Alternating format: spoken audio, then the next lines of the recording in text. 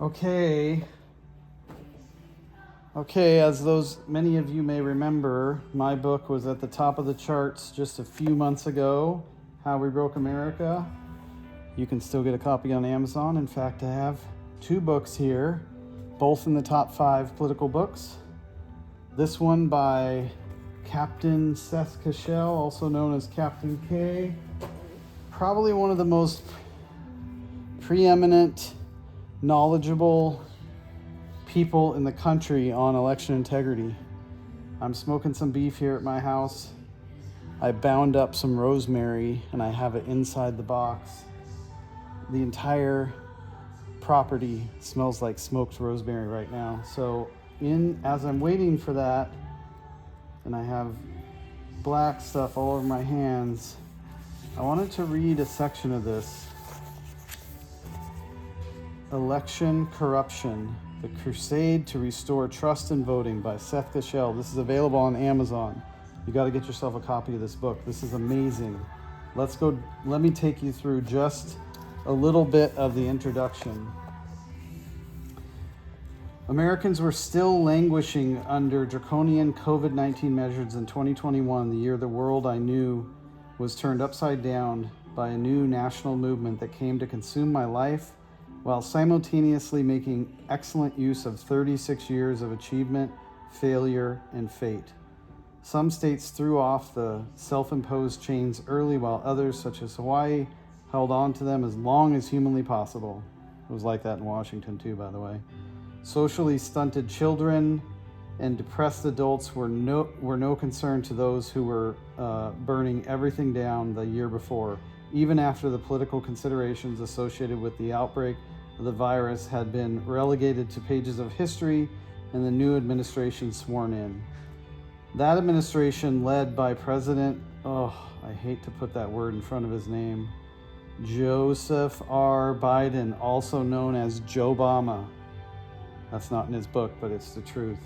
Wasted absolutely no time running out of things to blame President Donald Trump's administration for, and creating all new crises of their own. In fiscal year 2021, which took place mostly under Biden's watch, at least 660,000 illegal aliens invaded U.S. enforcement at the southwest border, which upset all progress that had been made under Trump. The federal government wasted no time going after political opponents, pursuing countless people nominally involved or having committed only meaningless technical infractions related to the events of January 6, 2021. Such an atrocity.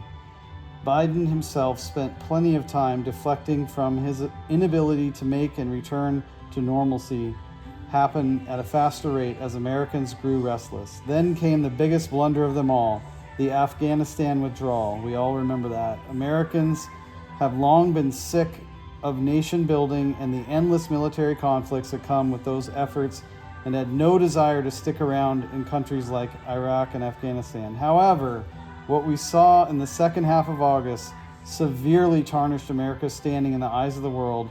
After 2 decades of Americans have been told the war in Afghanistan was worth the blood and treasure, we crawled out on our hands and knees, and in the most humiliating fashion imaginable.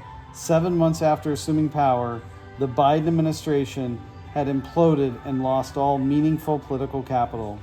Less than 2 years before, the first Trump administration was forging pathways to peace in areas long consumed by bloodshed and strife, recapturing control of the global economy, and with a populist approach, effectively using the military and getting it back to business and away from social experiments, and restoring the promise of a country that had stumbled its way into the 21st century.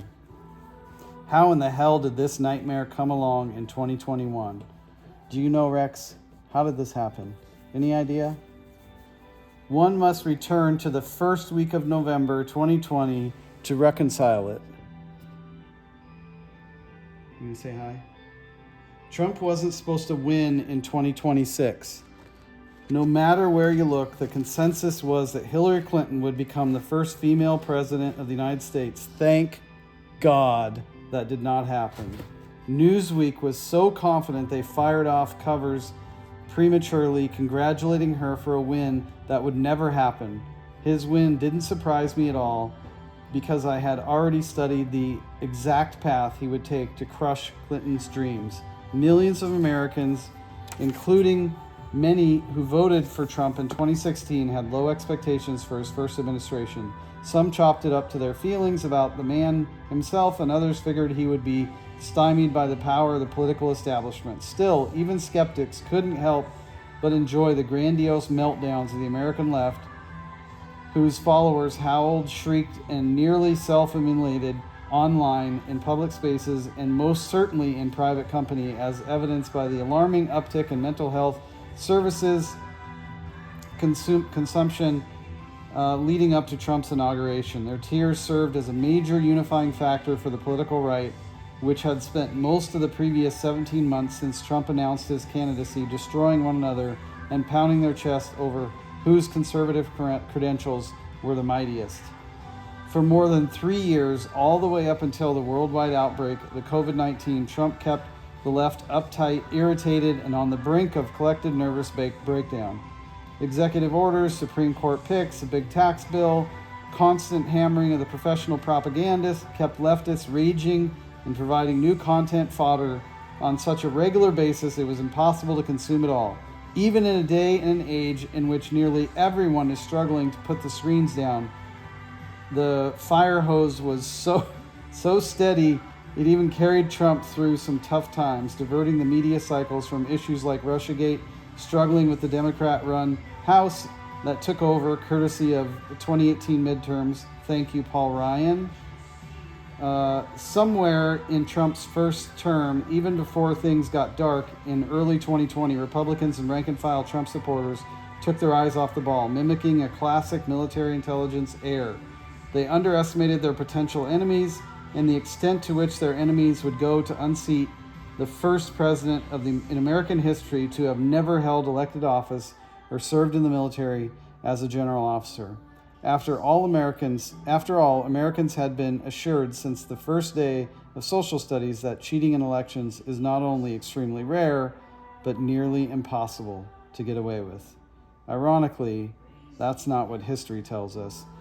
Friends, you got to get a copy of this book. This is an excellent book, and I can promise you that this little walk through history is just a taste of what we're going to get in Captain Seth Keshel's book here that he spent an enormous amount of time putting together. So I have not even finished the first chapter yet. This is just the introduction, and it was so good that I wanted to share it with you and encourage you to get a copy of Election Corruption by Seth Keshel. Grab yourself a copy. Even Rex is enjoying it. Aren't you, Rex? You like it? You gonna get a copy? Yeah? Here, you wanna read it? You gonna read it?